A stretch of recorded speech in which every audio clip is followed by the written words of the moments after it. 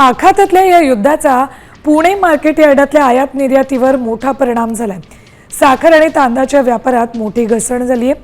30 lakh ton साखर निर्यात होणं अपेक्षित होतं, मात्र प्रत्यक्षात केवळ 4 लाख टन साखर निर्यात झाली। तांदळाची निर्यातही मोठ्या प्रमाणात थांबली, त्यामुळे दर न वाढल्यानं व्यापाऱ्यांमध्ये चिंतेचं वातावरण आहे। युद्धामुळे खजुराच्या आयातीवर थेट परिणाम झालाय, तसंच ड्रायफ्रुट्सचे भाव सध्या स्थिर आहेत। तिथेचा फटका बसलाय मार्केटला फटका म्हणजे त्याला जे आपल्याला बिझनेस जास्त मिळायला पाहिजे होता तो बिझनेस थोडासा कमी मिळतोय आता। दुसरी गोष्ट की सणासुदी सध्या दिवस आहे, तुम्ही ती ड्रायफ्रूटच्या संदर्भात रमजान आहे, गुढीपाडवा आहे, याचा काय परिणाम जाणवतो?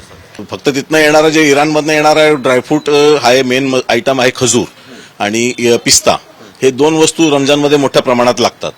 पण सगळे इम्पोर्टर किंवा होलसेलर हे 4 महिन्याचा स्टॉक अगोदरच तयारीत असतात, म्हणून इथं भारतामध्ये 4 महिन्याचा स्टॉक भरपूर आहे ड्रायफ्रूटच्या हिशोबाने। पण खजूर हा थोडासा क्रॉप पण कमी या वर्षी आणि तुटवडा झालेला आहे। 5 ते 10% त्याची तेजी झालेली आहे ऑलरेडी। पण जर गव्हर्नमेंटनी व्यवस्थित लक्ष देऊन जर पुढे हे मिटलं गेलं, युद्ध मिटलं गेलं, तर स्थिती सामान्य राहील।